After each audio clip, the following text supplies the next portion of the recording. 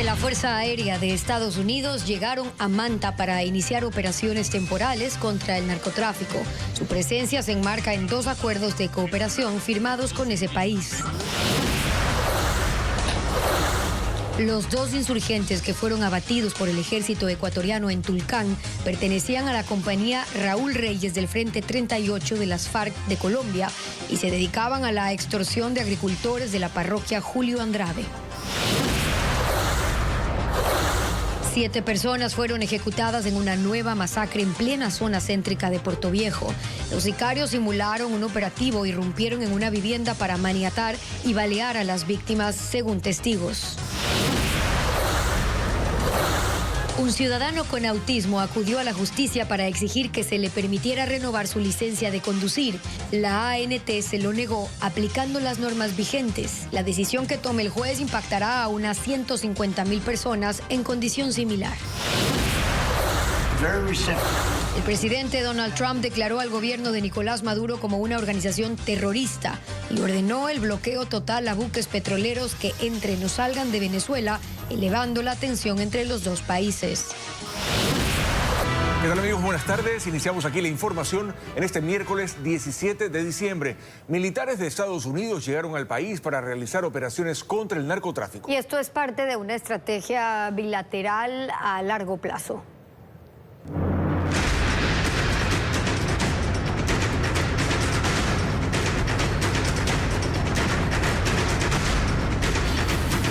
Estados Unidos. De vuelta a Manta.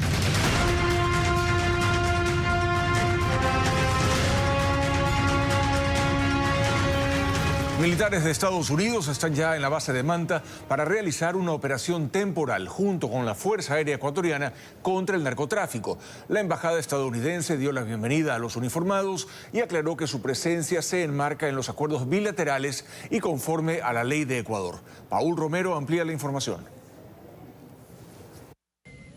Militares estadounidenses de la Fuerza Aérea llegaron a Ecuador para realizar operaciones contra el narcotráfico. Lo confirmó la Embajada de Estados Unidos en Quito, que este miércoles les dio la bienvenida. En la cuenta de la red social X, informó que realizarán una operación temporal con la Fuerza Aérea Ecuatoriana en Manta como parte de la estrategia bilateral a largo plazo en el marco de los acuerdos vigentes y conforme a la ley ecuatoriana. Consideró que la operación mejorará la capacidad de las fuerzas militares ecuatorianas para combatir a los narcoterroristas, incluyendo el fortalecimiento de la recopilación de información y las capacidades de lucha contra el narcotráfico. Poco después, el presidente Daniel Noboa lo confirmó. Dijo que esta operación permitirá identificar y desarticular las rutas del narcotráfico y someter a quienes creyeron que podían tomarse el país. Fuentes consultadas por Televistazo revelaron que la madrugada del martes aterrizaron 2 aviones de Estados Unidos en la base de Manta. Según el Ministerio de Defensa, en las aeronaves llegó material militar, pero no dio detalles por la reserva de las operaciones. Estas acciones están permitidas desde 2023. En mayo de ese año, los 2 países firmaron un acuerdo para asistencia en interceptación aérea. Estados Unidos se comprometió a proporcionar asistencia para localizar, identificar, rastrear e interceptar aeronaves civiles razonablemente sospechosas de estar involucradas en el tráfico ilícito de drogas en el espacio aéreo del Ecuador, con el fin de impedir la explotación del espacio aéreo como ruta del narcotráfico y facilitar el arresto de los traficantes de drogas. En agosto de ese año, el entonces presidente Guillermo Lasso, mediante decreto ejecutivo 846, ratificó en todo su contenido el acuerdo entre los 2 países, tras el dictamen favorable de la Corte Constitucional. Con Estados Unidos existen otros acuerdos para la lucha contra el crimen organizado que incluyen asistencia financiera, equipos, mantenimiento, capacitación, logística. Este miércoles en la base de Manta no hubo movimiento de aeronaves militares o tropas. En la Asamblea hay respaldo a la llegada de las Fuerzas Armadas estadounidenses para apoyar en la lucha contra el narcotráfico. Incluso desde el correísmo se apoya esta cooperación siempre y cuando no afecte la soberanía nacional o tenga intereses geopolíticos. Patricio Díaz con las reacciones en el Legislativo. En la Asamblea no hay objeciones al despliegue de personal de las Fuerzas Armadas de Estados Unidos para una operación conjunta en Manta contra el crimen organizado.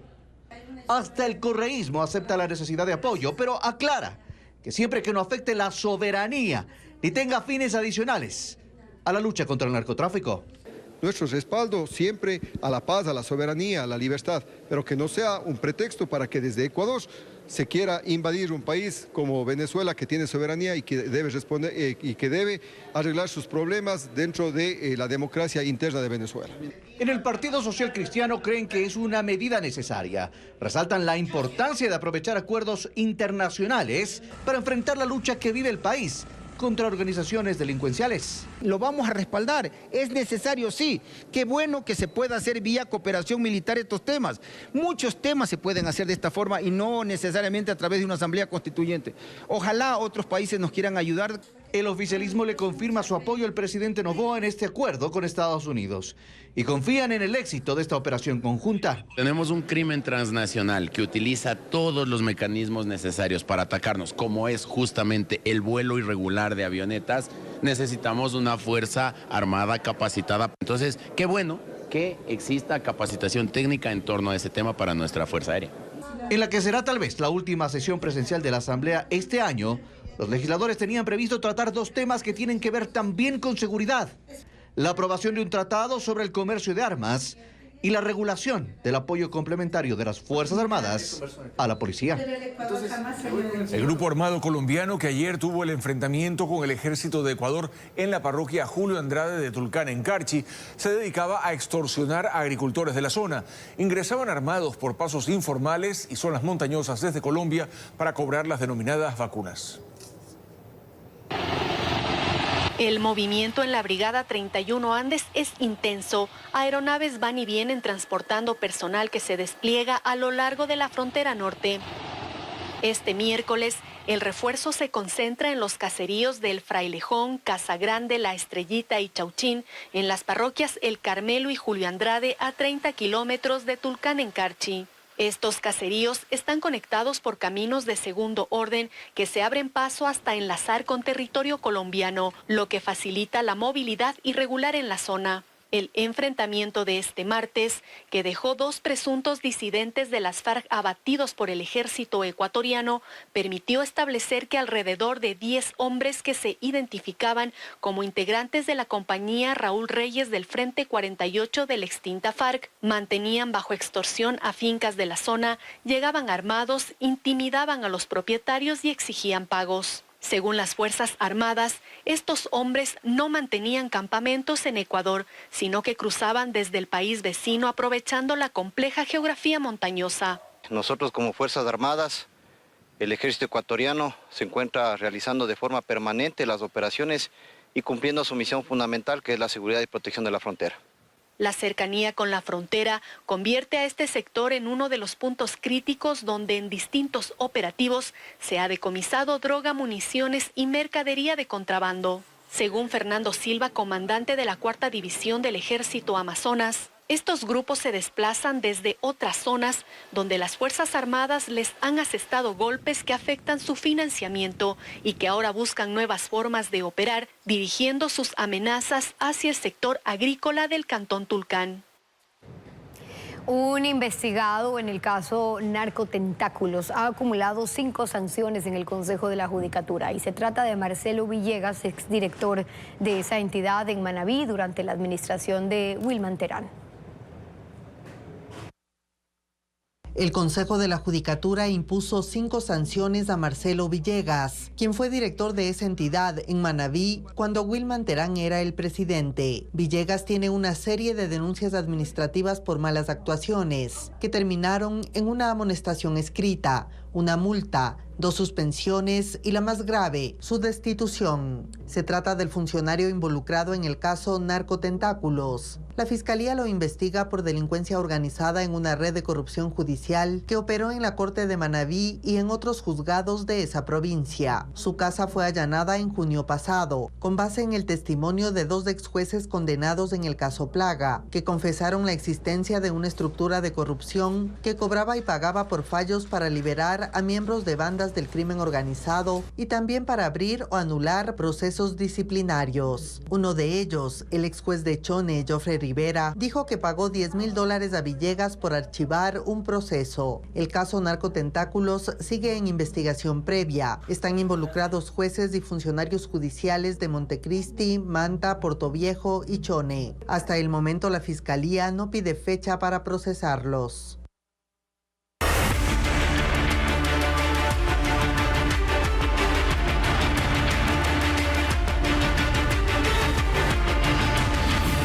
Caso Progen. ¿Quién responde? En la demanda que presentó el Estado ecuatoriano contra Progen en los Estados Unidos, acusa a esa compañía de un plan fraudulento para llevarse $110 millones por la instalación inconclusa de 2 termoeléctricas. Diego Cuenca informa que además la demanda señala los vínculos del exgerente de SELEC con una empresa ecuatoriana que era la encargada de instalar los generadores. El documento de la demanda que presentó la Corporación Eléctrica del Ecuador SELEC contra la compañía Progen en Estados Unidos tiene 35 páginas. En ella señala que este caso involucra un plan fraudulento contra el gobierno ecuatoriano. Describe que los acusados y sus co-conspiradores formaron una empresa criminal que aprovechó la crisis de los apagones para malversar casi $110 millones de Ecuador. Entre las acusaciones está que Progen presentó documentos falsos que certificaban su experiencia en otros proyectos eléctricos, y destaca que mintió que los generadores eran nuevos. Como consecuencia, incumplió la instalación de 2 termoeléctricas de 150 megavatios, que tenían que estar listas a finales de 2024. Por el contrato de la central Quevedo, SELEC pagó $37.790.000, y por Salitral entregó $69.580.000. Según la demanda, Progen reclutó a la compañía ecuatoriana Astrobrixa S.A. para instalar los generadores de energía. Progen pagó a Astrobrixa $20 millones por supuestos servicios como subcontratista. Señala que es una empresa falsa sin experiencia en proyectos de generación de energía y describe que parece ser propiedad o estar controlado por Carla Saúd Calero, una persona que está relacionada con Fabián Calero, quien fue gerente general de SELEC al momento de la adjudicación de los contratos. Además, señala que Calero huyó recientemente de Ecuador y su paradero es desconocido. Concluye que los motores eléctricos estaban defectuosos y algunos equipos fueron repintados para ocultar el óxido. La demanda exige una indemnización por daños y perjuicios, cuyo valor se definirá en el proceso, incluyendo el pago de los honorarios de los abogados que contrató el Estado ecuatoriano para este recurso que presentó en la Corte Federal de Florida, en Estados Unidos. La compañía Progen, Carla Saúd y Fabián Calero no han reaccionado a estas acusaciones. El gobierno inició un proceso legal internacional contra la empresa estadounidense Progen, pero la Procuraduría del Ecuador no podrá intervenir, según su titular, Juan Carlos Larrea. Explica que antes de la firma del contrato, la Corporación Eléctrica del Ecuador asumió esa responsabilidad en caso de demandas. Hernán Higuera sigue el caso. El gobierno dispuso que el Estado demande a Progen en Estados Unidos hasta que exista reparación, ha dicho el presidente. Pero esa demanda no la encabezará la Procuraduría General del Estado porque la Corporación Eléctrica del Ecuador, SELEC, pidió en el proceso precontractual que los abogados del Estado no intervengan en el proceso. El procurador dice que aceptó el pedido. SELEC nos solicitó autorización para que ellos mismos procedan a contratar y a demandar por sí mismos. Por la complejidad del caso, por la especialidad de la materia, autorizamos para que ellos mismos puedan hacer esa contratación y ellos son los que están demandando directamente esa situación. No intervenimos, nos pueden pedir acompañamiento, nos pueden pedir supervisión, monitoreo, con todo gusto lo podemos dar, pero la batuta procesal la tiene SELEC en este momento. Y como SELEC hizo el mismo proceso para la contratación de Austral, tampoco en esa demanda interna la Procuraduría puede intervenir. También están en marcha arbitrajes internos donde tanto Progen como Austral buscan accionar medidas cautelares.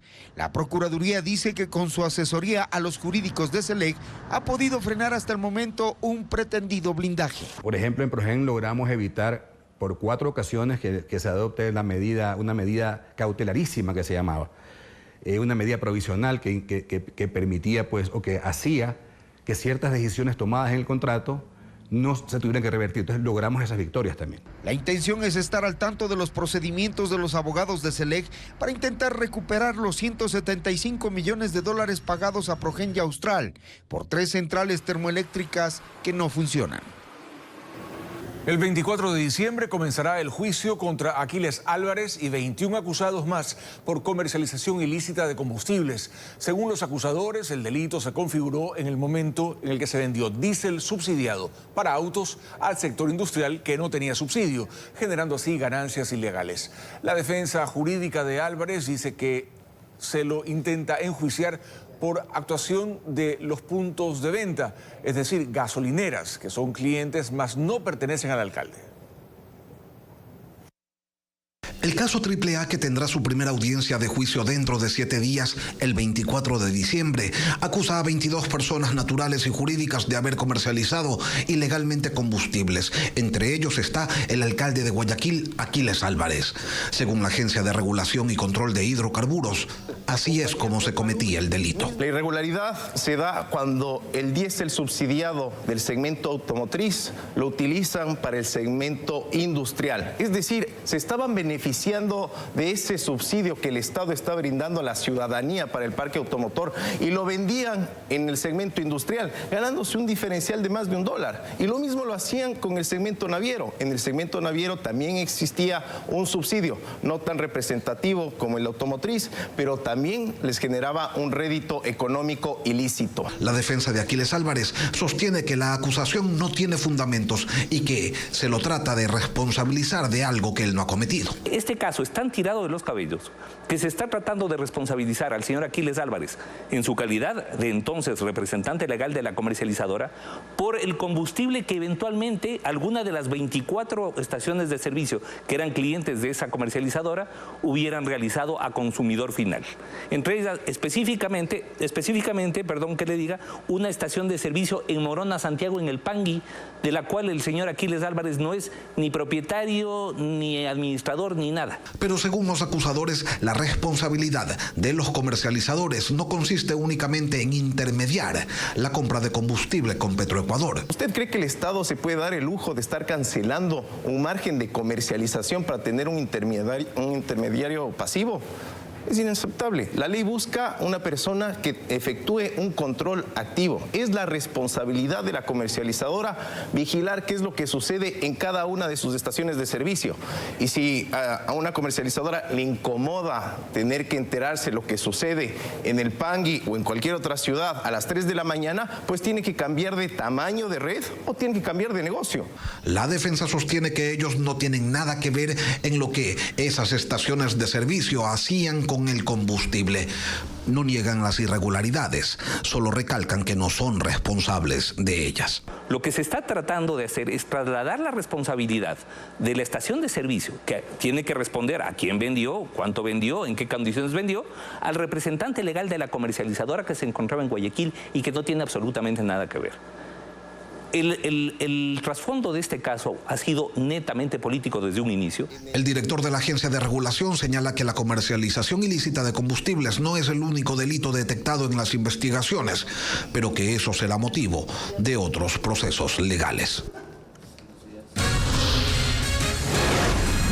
Vamos a una pausa y al regresar, nueva masacre en Manabí. Esta vez los sicarios fingieron ser policías para ingresar a un departamento y asesinar a 7 personas en Puerto Viejo. 7 personas fueron asesinadas en un departamento en Puerto Viejo, en Manabí. Los cadáveres estaban maniatados. Los sicarios simularon un allanamiento policial. Lo informa Merlin Ochoa. 3 mujeres y 4 hombres fueron asesinados dentro de un departamento alquilado hace apenas 2 días en plena zona céntrica de Puerto Viejo, en Manabí. Los sicarios llegaron en una camioneta casi a la medianoche, vestidos con prendas similares a las policiales. Fingieron un operativo, ingresaron sin resistencia y dispararon al menos 30 veces. Las víctimas tienen impactos de bala en la cabeza, habían sido maniatadas y presentaban signos de tortura. Los vecinos confundieron las ráfagas con fuegos artificiales y según las evidencias que los agentes encontraron en el sitio, todo apunta a que los 4 hombres asesinados pertenecen al grupo criminal Los Choneros. Habrían llegado desde Pedro Carbo y, de acuerdo a investigaciones, formaban parte de la logística para esconder cocaína. El ataque, indican los uniformados, sería una represalia de los lobos. Las 3 mujeres que los acompañaban son víctimas colaterales. Eran damas de compañía que también fueron acribilladas. Hasta el cierre de este reportaje, los cadáveres no habían sido identificados. Portoviejo es el segundo distrito más violento de Manabí, esta provincia que bordea los 1.200 crímenes y registra más de 19 masacres en este año. Pero, ¿por qué estos asesinatos múltiples se repiten? La policía lo explica también tras cámara. Con 20 objetivos de alto valor presos en 2025, las bandas quedaron sin liderazgo, pero ese vacío, contrario a reducir la violencia, la ha multiplicado. Los agentes recalcan que, sin cabecillas, las organizaciones se fragmentan y se eliminan entre sí para tomar control, dando paso a una guerra criminal que no se detiene. 173 reos fueron trasladados esta madrugada desde la cárcel regional de Guayaquil a la cárcel del Encuentro en Santa Elena. La Armada ecuatoriana informó a través de su cuenta de X que militares y policías se desplegaron desde temprano en la prisión para precautelar la salida de los reclusos de los pabellones y su posterior traslado en buses. El incremento del salario básico unificado incidirá directamente en 3,3 millones de personas que cuentan con un empleo formal. Esta remuneración promedio se concentra principalmente en el sector privado. De los 13,4 millones de ecuatorianos que están en edad de trabajar, 3,2 millones tiene lo que se considera un empleo adecuado. Este es el grupo en el que incidirá directamente el incremento de $12 para el salario básico unificado del próximo año. De acuerdo al último reporte del Instituto Ecuatoriano de Estadísticas y Censos, INEC, con corte a octubre, el 50,6% de esos trabajadores labora en el sector privado, con un salario promedio de $445. El 7,9% del sector público tiene un ingreso promedio de $982. Pero al final, esta afectación de este incremento de los $12 se va a ver a aquellos que sean trabajadores en general o a cualquiera de los empleados que trabajen y ganen el mínimo en su sectorial. El 83% de los trabajadores formales son de los sectores de servicios, agricultura, minas y comercio. Si se suman los pagos adicionales, los trabajadores reciben más del valor del salario básico unificado. Casi de $120 adicionales con sus décimos, sus proporcionales de décimos, es decir, unos $700 mensuales. Ese es el costo real de un trabajador en general. Para Velázquez, la atención debería centrarse en 1,8 millones de ecuatorianos que como empleados independientes no tienen condiciones adecuadas de trabajo, además de los 730.000 ciudadanos que integran la categoría de trabajo no remunerado y 1,7 millones de personas en subempleo. Muchos de ellos son obligados a facturar valores menores al salario básico y esperar hasta 45 días de crédito para el pago. Mientras el salario básico para el próximo año se fijó en $482, el costo de la canasta familiar a noviembre de 2025 alcanza los $821, monto que debe ser asumido por al menos 2 integrantes de un grupo familiar. Una acción de protección presentada por un joven con autismo busca revertir un acto normativo de la Agencia Nacional de Tránsito que impide a las personas con discapacidad mental leve obtener una licencia tipo B. Fabiola Santana siguió el desarrollo de la audiencia y nos explica este caso. Andrés Vázquez es un ingeniero mecánico con licencia de conducir desde los 18 años. Hace 3 le diagnosticaron autismo leve. En marzo su licencia tipo B caducó y por la discapacidad registrada en su cédula, la Agencia Nacional de Tránsito impidió su renovación. La razón, un acto administrativo de esa entidad de octubre de 2022 que niega conceder ese documento a las personas con discapacidad psicosocial o mental leve, pues según el documento su problema radica en el desarrollo cerebral y afecta afecta su vía cognitiva. Andrés Vázquez dice lo contrario y llevó su caso a la justicia. Con una acción de protección pidió que se declare la vulneración del derecho a la igualdad y no discriminación y que se le renueve el documento. Afortunadamente mi profesión me permite saber las condiciones de un vehículo, cómo poder desarrollarlo de mejor manera mis habilidades. No hay norma jurídica ni criterio médico que avale la decisión de la Agencia Nacional de Tránsito. En la audiencia, él y su abogado contaron al juez Francisco Chacón que la ANT propuso que saque la licencia tipo F para personas con discapacidad, pero el demandante dice que eso le impediría trabajar. El tipo F especifica que son vehículos adaptados o especiales. En este caso, yo no sé cómo adaptar un vehículo a mi condición, cuando es imposible. Es una contradicción de ellos que me dicen, váyase a seguir el curso tipo F cuando las escuelas están no autorizadas por la propia ANT. El abogado de la ANT en la audiencia dijo que la institución solo cumple las normas. 4 profesionales psicólogos, calificadores y evaluadores de personas con autismo explicaron que la condición de Vázquez no es una enfermedad y si bien el autismo puede limitar la comunicación y generar conductas repetitivas, son personas respetuosas de las normas. En el caso particular concluyeron no le impide conducir. El juez suspendió la audiencia hasta tener información adicional del Ministerio de Salud y el CONADIS. Su decisión impactará a unas 150,000 personas con autismo registradas en el país.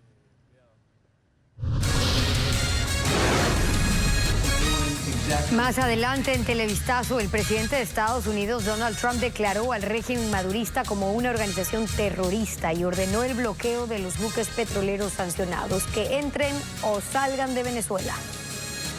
¿La llamada supergripe puede convertirse en una nueva pandemia? Los especialistas lo ven improbable. Se trata de la variante K del virus AH3N2 y aunque su nombre suene amenazante, expertos consultados por Televistazo hacen un llamado a la calma. Detalles con Bessie Granja. Los especialistas descartan que la variante K del virus de la influenza AH3N2, bautizada como supergripe, pueda desencadenar una pandemia, como la del coronavirus en 2020. Su mensaje es de tranquilidad, pero acompañado de un llamado a mantener los cuidados básicos, pues existe una población que está más expuesta a contagiarse. Es que a los grupos vulnerables que le dé este tipo de afectación, pueden haber complicaciones propias del virus o complicaciones por enfermedades que los pacientes tengan. Los grupos vulnerables son menos de 5 años, más de 65 años, y las personas que tienen alguna condición crónica, por ejemplo, tener una enfermedad pulmonar, una enfermedad cardíaca. Por eso las campañas de vacunación le dan prioridad a estas poblaciones. Una estrategia que, insisten los médicos, es la piedra angular de la prevención. Si usted recuerda, antes de la pandemia del coronavirus, todo el mundo se ponía la vacuna de la gripe. El que quería, el que necesitaba y el que no necesitaba. Así que hay que volver a esos mismos criterios, usar la vacunación. El virus probablemente es un virus que si tú estuvieras vacunado, es probable que no te pase nada. Tú puedes ofrecer tratamiento terapéutico, lo cual mientras más rápido tú lo das, va a tener un impacto en poder disminuir la severidad de los síntomas. Los cuidados esenciales para protegerse de este y otros virus estacionales no han cambiado. Son las mismas medidas preventivas que aprendimos durante la pandemia y que siguen siendo nuestra mejor defensa. El aislamiento si tenemos síntomas graves, lavado de manos y el uso de mascarilla en espacios cerrados y centros de salud. El Hospital del IES José Carrasco Arteaga en Cuenca enfrenta un escenario crítico. Concentra múltiples quejas por la escasez de medicamentos, retrasos en cirugías y problemas estructurales que han puesto en alerta a pacientes y organizaciones de usuarios. En el Hospital del IES José Carrasco Arteaga en Cuenca, la atención está en jaque. Uno de los problemas más críticos es la falta de medicamentos para pacientes con enfermedades crónicas, raras y catastróficas. El déficit bordea el 50%. Organizaciones como el Grupo Corazones Autoinmunes, que agrupa a 400 personas, sostienen que desde hace 8 meses no reciben medicación. María, nombre protegido, padece espondilitis, una enfermedad que afecta a la columna. Relata que ha tenido que costear la leflunomida, un medicamento que llega a costar $110 la caja. Y es ahí que nos afecta porque vuelven los dolores, vuelven los brotes, vuelven los síntomas. A este escenario se suman casos clínicos bajo investigación, como el de un paciente que ingresó el 20 de noviembre por una gastroenteritis y recibió un procedimiento invasivo en los pulmones, previsto para otro paciente. Mientras hay quienes esperan semanas por cirugías urgentes, Félix Zucchi, de 22 años, sufrió un accidente laboral el 19 de noviembre. Tras caer desde un tercer piso, llegó con múltiples fracturas en la columna y las vértebras. A pesar de la gravedad de su estado, pasó 23 días esperando ser operado. Su caso se hizo visible en redes sociales y el viernes fue derivado a Guayaquil. Él tenía que ser operado ya enseguida, pero lamentablemente aquí en el IES no hay insumos. Las fallas no son aisladas. Un informe del Observatorio del Sistema de Salud de la SUAY advierte que desde el año pasado el hospital tiene un déficit de 300 profesionales y que el 100% de los equipos médicos terminó su vida útil en 2015. No estaban funcionando todos los quirófanos porque faltaba medicamentos, lo que tenía represada mucha paciente para cirugía. Y eso que este es un hospital regional de tercer nivel con 317 camas que recibe no solo a afiliados de la SUAY, sino también de Cañar y Morona Santiago. Solo entre enero y octubre atendió a cerca de 250,000 usuarios. Televistazo consultó al gerente del hospital sobre esta situación, pero hasta el cierre de este informe no hubo respuesta.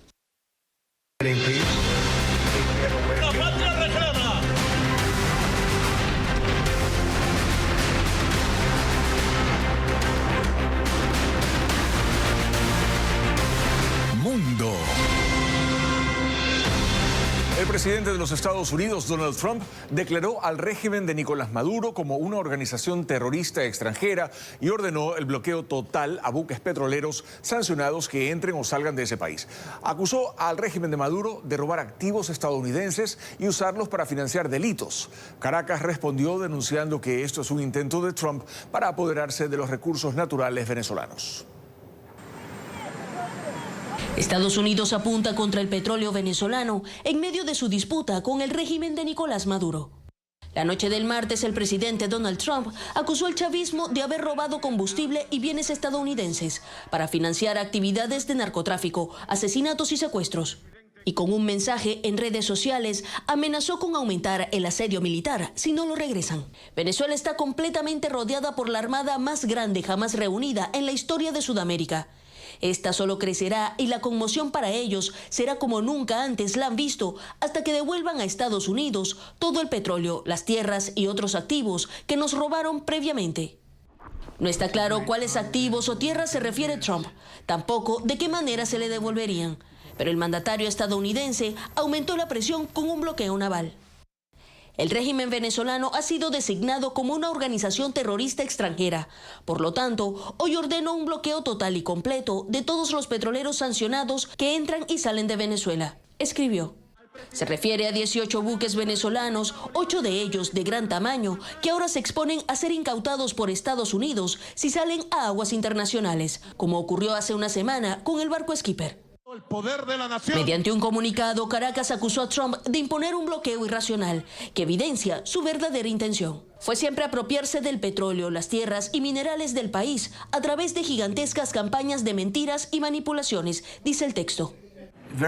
Hasta ayer, Trump había asegurado que su despliegue en el Caribe era parte de una operación antinarcóticos y desde hace semanas ha amenazado con trasladarlo a tierra. El presidente de Colombia, Gustavo Petro, por primera vez tildó de dictador a Nicolás Maduro. En una publicación en su cuenta de X, Petro escribió: Maduro es dictador por concentrar poderes, pero añade: no hay ninguna evidencia en Colombia que sea narco. La semana pasada, el mismo Petro dijo en una entrevista que el problema de Venezuela es la falta de democracia. Más aerolíneas frenan sus vuelos desde y hacia Venezuela. Copa Airlines ha decidido extender la suspensión temporal hasta el 15 de enero, alegando que espera que para esa fecha la pista principal del aeropuerto de Maiquetía esté operativa nuevamente, incluyendo su sistema de aterrizaje por instrumentos. Las aerolíneas extranjeras, en su mayoría, se han ido ya de Venezuela por las advertencias de seguridad y riesgos en el espacio aéreo por las operaciones militares de Estados Unidos en el Caribe. Y a otras, el régimen de Maduro les ha quitado la licencia de operación por negarse a regresar. El ejército de Estados Unidos atacó otras 3 embarcaciones por presunto narcotráfico en el Pacífico Oriental sin especificar frente a las costas de qué país. En un comunicado indicaron que las lanchas eran de organizaciones designadas como terroristas y que el bombardeo en ese murieron 8 personas.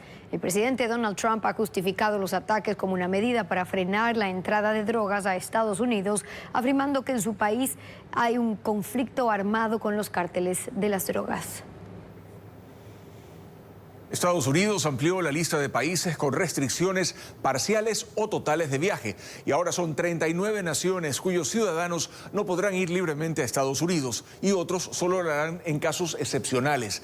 La nómina está integrada en su mayoría por territorios de Asia, África y Medio Oriente. De América solo constan Cuba y Venezuela con restricciones parciales y Haití con total restricción de viajes. El terrorista Navid Akram, uno de los autores de la masacre en Bondi Beach, en Australia, será juzgado por 59 cargos criminales. Lo señalan con 15 acusaciones de asesinato, 40 por intento de asesinato, otros por terrorismo. Akram, de 24 años, perpetró el ataque contra miembros de la comunidad judía de Sydney durante la celebración de Hanukkah, junto a su padre, Zahid, de 50 años, quien fue dado de baja por la policía.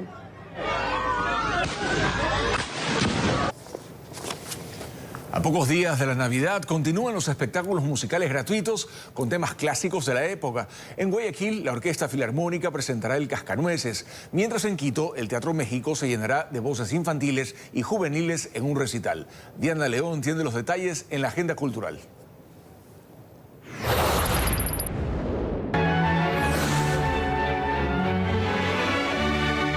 La Orquesta Filarmónica de Guayaquil y la Escuela del Centro de Arte se juntan para poner en escena el clásico navideño El Cascanueces.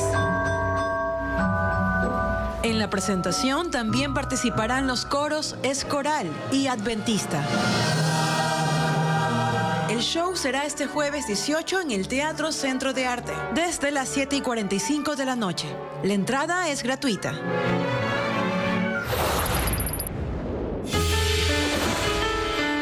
La Alianza Francesa del Centro de Guayaquil acoge una exposición de la artista hispano-marroquí Auda Bacali. Se trata de una muestra de arte digital que utiliza la realidad aumentada para conectarse con los visitantes. Se puede visitar hasta este viernes, de 9:30 de la mañana hasta las 5:30 de la tarde. La entrada es libre.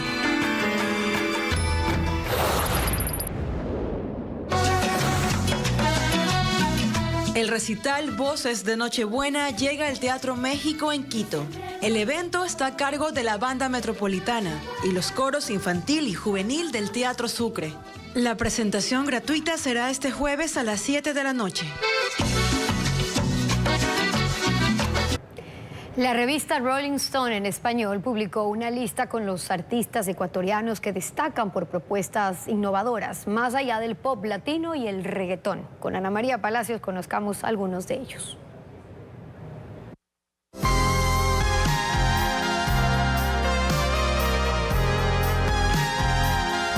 El dúo Miel es parte de los artistas que la están rompiendo en Ecuador, según la revista Rolling Stone en español.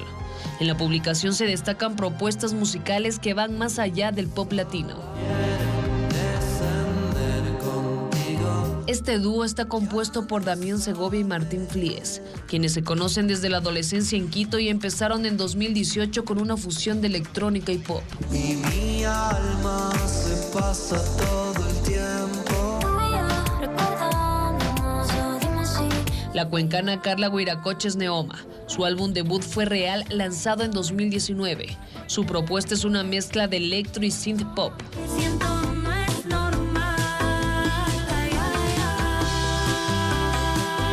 Luz Pinos estudió jazz y música contemporánea en The New School de Nueva York. Lanzó su primer disco en 2017 y recientemente estrenó el sencillo Un Campito.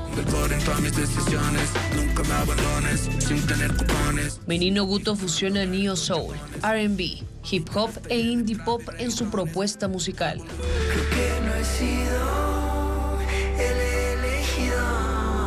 Mauro Samaniego fue líder de las bandas Da Pound y Tripulación de Osos. En 2020 empezó su carrera como solista y actualmente promociona el tema El Elegido. Di Capo también ingresa en esta publicación, en la que se resalta su pop con influencias de los años 80, el soul y el funk latino.